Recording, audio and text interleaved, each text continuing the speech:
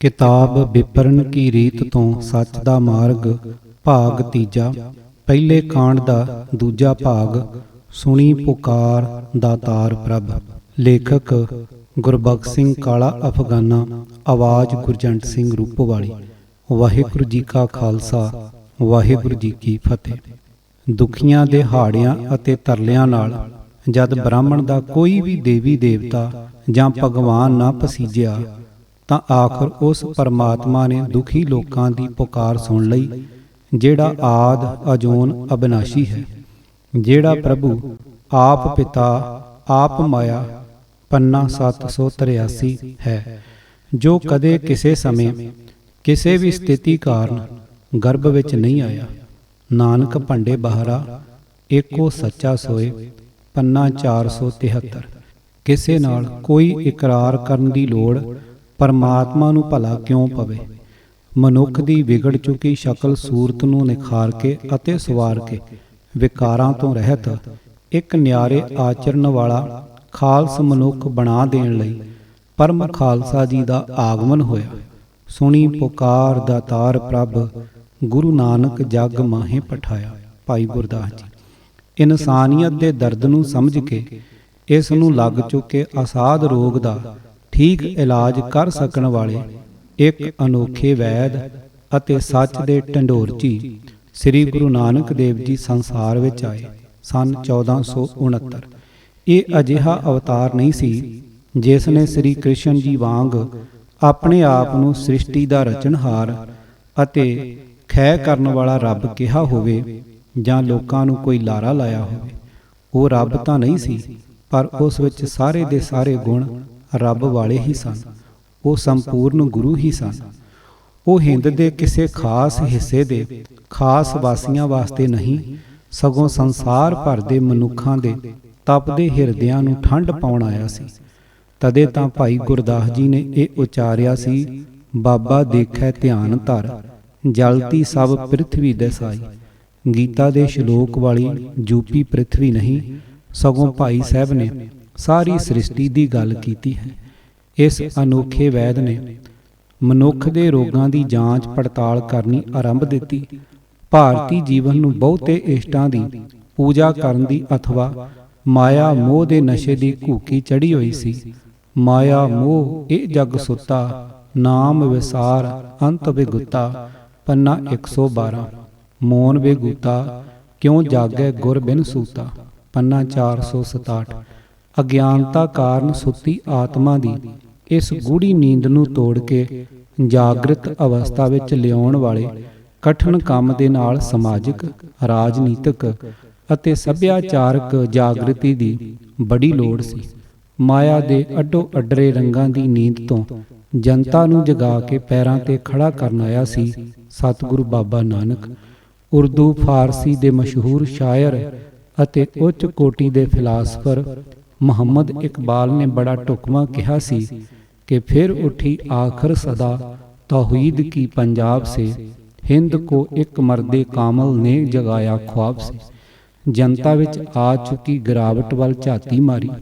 ਆਪਣੀ ਜਾਨ, ਆਪਣੀ ਧੀ ਭੈਣ, ਆਪਣੀ ਇਸਤਰੀ ਅਤੇ ਆਪਣੀ ਮਾਤਾ ਦੀ ਬੇਪਤੀ ਹੁੰਦੀ ਦੇਖ ਕੇ ਕੋਈ ਰੋਸ ਕਰ ਸਕਣ ਦਾ ਜ਼ਿਕਰਾ ਗਵਾ ਬੈਠਿਆਂ ਹੋਇਆਂ ਵਿੱਚੋਂ ਆਪਣਾ ਲਹੂ ਪੀਣੇ ਨੂੰ ਹੀ ਮੁਕਤੀ ਦਾਤਾ ਮੰਨ ਚੁੱਕਿਆ, ਅਥਵਾ ਹਰ ਪੱਖੋਂ ਦੁਰਲਭਤਾ ਦਾ ਸ਼ਿਕਾਰ ਹੋ ਕੇ ਭੇਡਾਂ ਦਾ ਵੱਗ ਬਣ ਚੁੱਕਿਆਂ ਵਿੱਚੋਂ ਇੱਕ ਅਣਖੀ ਸੂਰਮੇ ਸ਼ੇਰ ਮਰਦ ਪੂਰੇ ਸੰਤ ਅਤੇ ਸਿੱਧਕੀ ਸਿਪਾਹੀ ਦਾ ਨਿਰਮਾਣ ਕਰਨ ਦਾ ਸੰਕਲਪ ਕਰ ਲਿਆ ਸੀ ਗੁਰਦੇਵ ਜੀ ਨੇ। ਅਰਥਾਤ ਸਮਾਜੀ ਅਤੇ ਇਖਲਾਕੀ ਗਿਰਾਵਟਾਂ ਪੈਦਾ ਕਰਨ ਵਾਲੇ ਵਹਿਮਾਂ ਅਤੇ ਭਰਮਾਂ ਵਿੱਚ ਗ੍ਰਸੀ ਘਿਣਾਵਣੇ ਅਪਰਾਧਾਂ ਦੀ ਦੁਰਗੰਧ ਨਾਲ ਭਰੇ ਜਨਤਾ ਦੇ ਸਮੁੰਦਰ ਨੂੰ ਰਿੜਕ ਕੇ ਦੁਨੀਆ ਨੂੰ ਰੁਸ਼ਨਾ ਸਕਣ ਵਾਲੇ ਜਗਮਗਾਉਂਦੇ ਰਤਨ ਦੀ ਪ੍ਰਾਪਤੀ ਦੀ ਮਹਾਨ ਯੋਜਨਾ ਬਣਾ ਲਈ ਸੀ ਸੂਰਮੇ ਗੁਰੂ ਬਾਬਾ ਜੀ ਨੇ। ਹਜ਼ਾਰਾਂ ਸਾਲਾਂ ਤੋਂ ਹੋ ਰਹੀ ਨਿਰੋਲ ਝੂਠ ਦੀ ਪੂਜਾ ਨੂੰ ਸੱਚ ਮੰਨ ਕੇ ਲੁਕਾਈ ਉਸ ਕੋਰੇ ਝੂਠ ਪ੍ਰਤੀ ਡੂੰਘੀ ਸ਼ਰਧਾ ਬਣਾ ਚੁੱਕੀ ਹੋਈ ਸੀ। ਪਾਖੰਡ ਨੂੰ ਅਸਲੀਅਤ ਦਾ ਨਾਮ ਮਿਲ ਚੁੱਕਾ ਸੀ। ਗੁਰੂ ਨਾਨਕ ਦੇਵ ਜੀ ਦੇ ਸੱਚ ਦੀ ਸਮਝ ਤਾਂ ਬੀਬੀ ਨਾਨਕੀ ਦੇ ਸਵਾ ਗੁਰੂ ਜੀ ਦੇ ਪਰਿਵਾਰ ਵਿੱਚ ਹੀ ਕਿਸੇ ਨੂੰ ਨਹੀਂ ਸੀ ਆ ਰਹੀ, ਅਜੇ ਬਾਲ ਉਮਰਾ ਹੀ ਸੀ ਕਿ ਜਨੇਊ ਪਾਉਣ ਲੱਗੇ ਬ੍ਰਾਹਮਣ ਨੂੰ ਰੋਕ ਕੇ ਇੱਕ ਅਜਿਹੇ ਜਨੇਊ ਦੀ ਮੰਗ ਕੀਤੀ। ਦਇਆ ਕਪਾ ਸੰਤੋਖ ਸੂਤ ਜਤ ਗੰਢੀ ਸਤ ਵਟ, ਇਹ ਜਨੇਊ ਜੀ ਕਾ ਹਈ ਤਾਂ ਪਾਂਡੇ ਕਤ। ਪੰਨਾ 471। ਕਦੇ ਵੀ ਮੈਲਾ ਨਾ ਹੋਣ ਵਾਲਾ ਅਤੇ ਨਾ ਹੀ ਟੁੱਟਣ ਵਾਲਾ ਜਨੇਊ ਮੰਗਣ ਤੇ ਪਾਂਡਾ ਜੀ ਦੇ ਹੰਕਾਰ ਨੂੰ ਸੱਟ ਲੱਗੀ। ਆਪਣੀ ਗੱਦੀ ਡੋਲਦੀ ਦਿਸ ਆਈ। ਹਿੰਦੂ ਘਰ ਵਿੱਚ ਜਨਮ ਲੈ ਕੇ ਬ੍ਰਾਹਮਣ ਦੇਵਤਾ ਜੀ ਦੇ ਜਨੇਊ ਨੂੰ ਨਿੰਦਣ ਵਾਲਾ ਇਹ ਕੌਣ ਹੈ? ਬ੍ਰਾਹਮਣੀ ਸਮਾਜ ਉਸ ਦਿਨ ਤੋਂ ਹੀ ਗੁਰਦੇਵ ਜੀ ਦਾ ਦੁਸ਼ਮਣ ਬਣ ਗਿਆ। ਠੱਗੀ ਭਾਵਨਾ ਨਾਲ ਵਿਛਾਏ ਹੋਏ ਭਰਮ ਜਾਲ ਦੀਆਂ ਤੰਦਾਂ ਟੁੱਟਦੀਆਂ ਅਨੁਭਵ ਕਰਕੇ ਬ੍ਰਾਹਮਣ, ਡੇਰੇਦਾਰ ਸਾਧ, ਜੋਗੀ ਆਦਿ ਸਭ ਗੁਰਦੇਵ ਜੀ ਦੇ ਵਿਰੋਧੀ ਬਣ ਖਲੋਤੇ। ਜਨੇਊ ਪਾਉਣ ਤੋਂ ਨਾ ਕਰ ਦੇਣ ਵਾਲੀ ਗੱਲ ਦਾ ਜ਼ਖਮ ਅਜੇ ਰਿਸ ਹੀ ਰਿਹਾ ਸੀ ਕਿ ਗੁਰੂ ਜੀ ਨੇ ਸ਼ਾਦੀ ਸਮੇਂ ਅੱਗ ਦੁਆਲੇ ਫੇਰੇ ਲੈਣ ਤੋਂ ਨਾ ਕਰ ਦਿੱਤੀ। ਬ੍ਰਾਹਮਣ ਨੂੰ ਸਮੇਤ ਕੱਪਣੀ ਅੱਗ ਲੱਗ ਗਈ। ਈਰਖਾ ਗਰਸਿਆ ਪੁਰੋਹਿਤ ਇੱਥੋਂ ਤੱਕ ਗਿਰ ਗਿਆ ਕਿ ਸਮਝਾਉਣ ਦੇ ਬਹਾਨੇ ਗੁਰੂ ਜੀ ਨੂੰ ਖੋਲੇ ਵਿੱਚ ਲੈ ਵੜਿਆ ਅਤੇ ਖੋਲੇ ਵਿਚਲੀ ਪੁਰਾਣੀ ਕੰਧ ਥੱਲੇ ਦੇ ਦੇਣ ਦਾ ਅਸਫਲ ਯਤਨ ਵੀ ਕੀਤਾ। ਆਵਾਜਾਈ ਅਥਵਾ ਪ੍ਰਚਾਰ ਕਰਨ ਦੇ ਸਾਧਨਾਂ ਦੀ ਵੀ ਅਣਹੋਂਦ ਸੀ। ਰਾਜ ਸੱਤਾ ਤੰਗ ਦਿਲੀ ਦੀਨੀ ਤਵੱਸਬ ਨਾਲ ਭਰੇ ਬੇਦਲੀਲੇ ਹੱਥਾਂ ਵਿੱਚ ਹੋਣ ਕਾਰਨ ਗੁਰਦੇਵ ਜੀ ਦੇ ਸੱਚ ਨੂੰ ਕਿਵੇਂ ਝੱਲ ਸਕਦੀ ਸੀ? ਅਗਿਆਨਤਾ ਦੀ ਧੁੰਦ ਨੂੰ ਹਟਾ ਕੇ ਸੱਚ ਚਾਨਣ ਦੀ ਸੂਝ ਕਰਾਉਣ ਵਾਲੇ ਦੂਰ ਦੁਰਾਡੇ ਦੇ ਪ੍ਰਦੇਸਾਂ ਦੇ ਵਾਸੀਆਂ ਤੱਕ ਪੁੱਜਣ ਲਈ ਜਾਨਲੇਵਾ ਖਤਰਿਆਂ ਨਾਲ ਭਰੇ ਰਸਤਿਆਂ ਤੇ ਸਫ਼ਰ ਕਰਨਾ ਪੈਣਾ ਸੀ। ਬੇਅੰਤ ਖਤਰਨਾਕ ਔਕੜਾਂ ਰਾਹ ਮੱਲੀ ਖਲੋਤੀਆਂ ਸਨ। ਗਰੀਬ ਦੁਖਿਆਰਿਆਂ ਦੇ ਸੱਚੇ ਹਮਦਰਦ ਅਨੋਖੇ ਰਹਿਬਰ ਨੇ ਇਸ ਅਤੀ ਕਠਿਨ ਕਾਰਜ ਨੂੰ ਸਗੋਂ ਦੂਣੀ ਚੌਣੀ ਦ੍ਰਿੜਤਾ ਨਾਲ ਆਰੰਭ ਕਰ ਦਿੱਤਾ। ਸਚਾਈ ਨਾਲ ਜੋੜਨ ਵਾਲੀ ਵਿਚਾਰ ਦੀ ਗੱਲ ਨੂੰ ਸਮਝਾਉਣ ਲੱਗਿਆਂ ਗੁਰਦੇਵ ਜੀ ਨੇ ਆਪਣੇ ਆਪ ਨੂੰ ਨੀਚ ਕਿਹਾ। ਨਾਨਕ ਨੀਚ ਕਹੈ ਵਿਚਾਰ। ਜਪਜੀ। ਇਸ ਅਨੋਖੇ ਵੈਦ ਨੇ ਦੁਖੀਆਂ ਦੇ ਦਰਦ ਨੂੰ ਸਦਾ ਲਈ ਦੂਰ ਕਰ ਦੇਣ ਲਈ ਮਨੁੱਖ ਨੂੰ ਪਰਮ ਆਨੰਦ ਦੇ ਸੋਮੇ ਪ੍ਰਭੂ ਦੇ ਨਾਮ ਨਾਲ ਜੋੜ ਦੇਣ ਦੀ ਯੋਜਨਾ ਬਣਾਈ। ਤ੍ਰਿਸ਼ਨਾ ਅਤੇ ਈਰਖਾ ਦੀ ਅੱਗ ਵਿੱਚ ਸੜਦੇ ਹਿਰਦਿਆਂ ਵਿੱਚ ਠੰਡ ਵਰਤਦੀ ਦੇਖਣ ਦੀ ਚਾਹ ਵਾਲੇ ਗੁਰੂ ਹਿਰਦੇ ਵਿੱਚੋਂ ਨਿਕਲੀ ਅਰਦਾਸ, ਜਗਤ ਜਲੰਦਾ ਰੱਖ ਲੈ ਆਪਣੀ ਕਿਰਪਾ ਧਾਰ। ਸਰਬ ਸੁੱਖਾਂ ਦੇ ਸੋਮੇ ਸੱਚੇ ਪਿਤਾ ਦੇ ਲੜ ਲਾਉਣ ਵਾਸਤੇ ਸਾਰੇ ਭਾਰਤ, ਬਰਮਾ ਅਤੇ ਤਿੱਬਤ ਦੇ ਰਸਤੇ ਚੀਨ ਤੱਕ ਪੁੱਜੇ। ਵਾਪਸੀ ਤੇ ਪਹਾੜੀ ਰਿਆਸਤਾਂ ਵਿੱਚ ਵਿਚਰਦੇ ਲਦਾਖ ਗਏ। ਇਸਲਾਮੀ ਦੇਸ਼ਾਂ ਵਿੱਚ ਰਟਨ ਕਰਦੇ ਬਗਦਾਦ ਤੱਕ ਹੋ ਕੇ ਰਸਤੇ ਦੇ ਦੇਸ਼ਾਂ ਵਿੱਚ ਦੀ ਰੂਸ ਤੱਕ ਗਏ। ਸਫ਼ਰ ਦਾ ਵੇਰਵਾ ਦਿੰਦਿਆਂ ਪ੍ਰੋਫੈਸਰ ਜੋਗਿੰਦਰ ਸਿੰਘ ਨੇ ਆਪਣੀ ਪੁਸਤਕ ਅਕਾਲ ਰੂਪ ਗੁਰੂ ਨਾਨਕ ਦੇਵ ਜੀ ਵਿੱਚ ਕੁੱਲ ਸਫ਼ਰ ਜੋ ਗੁਰੂ ਪਾਤਸ਼ਾਹ ਜੀ ਨੇ ਪੈਦਲ ਕੀਤਾ ਸੀ 35,000 ਮੀਲ ਲਿਖਿਆ ਹੈ।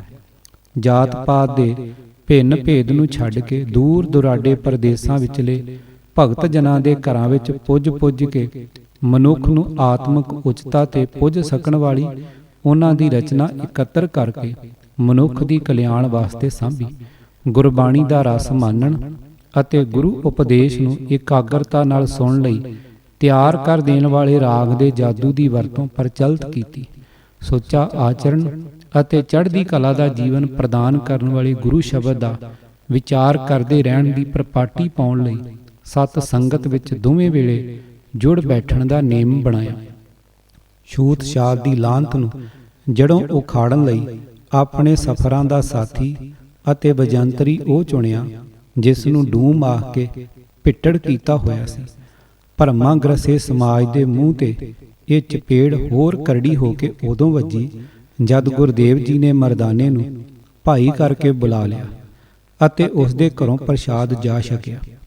ਵਿਸ਼ਵਾਸਘਾਤੀ ਅਤੇ ਕਾਤਲ ਠੱਗ ਸੱਜਣ, ਆਦਮਖੋਰ ਕੌਡਾ ਅਤੇ ਭੂਮੀਏ ਜਿਹੇ ਹੋਰ ਬੇਅੰਤ ਪਾਪ ਕਮਾਉਂਦਿਆਂ ਦੇ ਡੇਰੇ ਤੇ ਪੁੱਜ ਕੇ ਪਿਆਰਾਂ ਲੱਦੇ ਮਿੱਠ ਬੋਲੜੇ ਸੱਜਣ ਸਾਈਂ ਨੇ ਸਭ ਨੂੰ ਨੇਕੀ ਦੇ ਰਸਤੇ ਤੇ ਤੁਰਨਾ ਸਿਖਾ ਕੇ ਜਗਤ ਨੂੰ ਬਹੁਮੁੱਲਾ ਉਪਦੇਸ਼ ਦਿੱਤਾ ਕਿ ਦੁਸ਼ਮਣੀ ਪਾਪ ਨਾਲ ਹੋਣੀ ਚਾਹੀਦੀ ਹੈ, ਪਾਪੀ ਨਾਲ ਨਹੀਂ।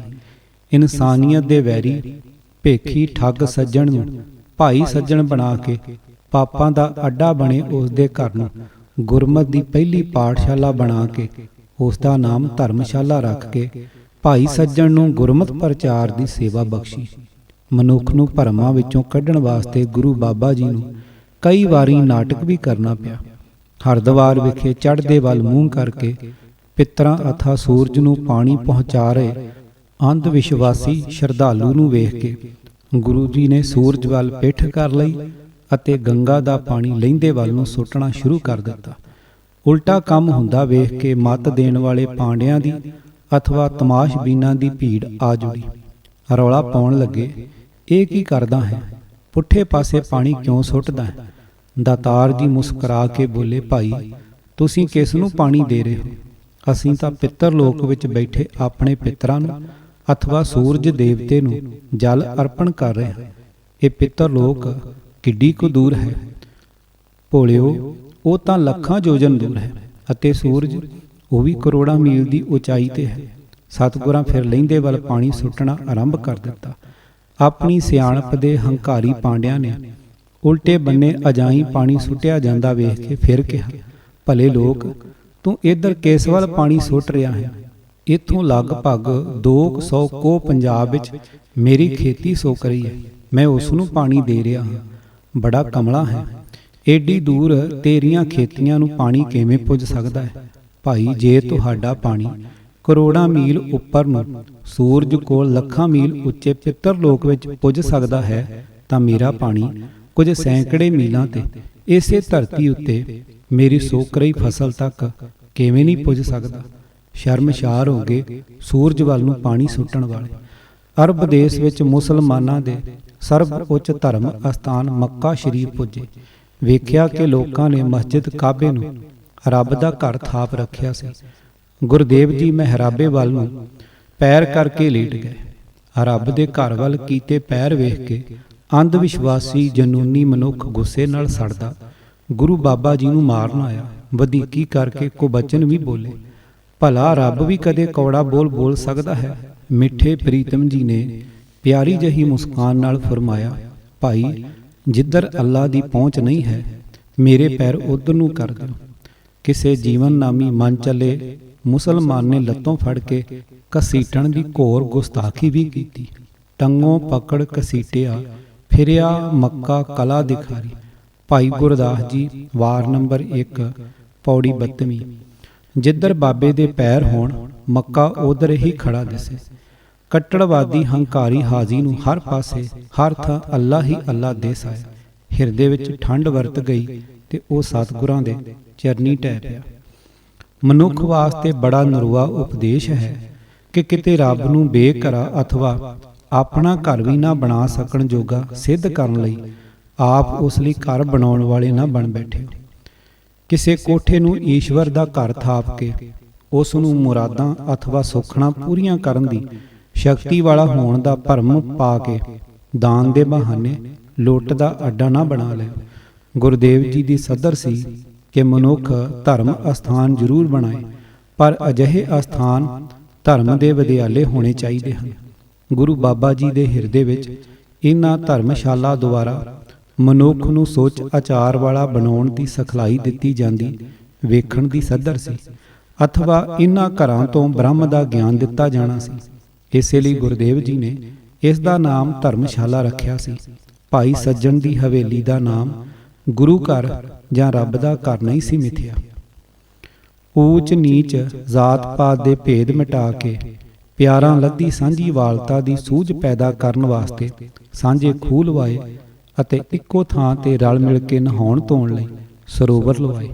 ਰਾਜਾ ਅਤੇ ਰੰਕ ਨੂੰ ਇੱਕੋ ਪੱਧਰ ਤੇ ਇਕੱਠੇ ਬੈਠ ਕੇ ਪ੍ਰਸ਼ਾਦ ਛਕਣ ਲਈ ਸਾਂਝੇ ਲੰਗਰ ਚਲਾਏ।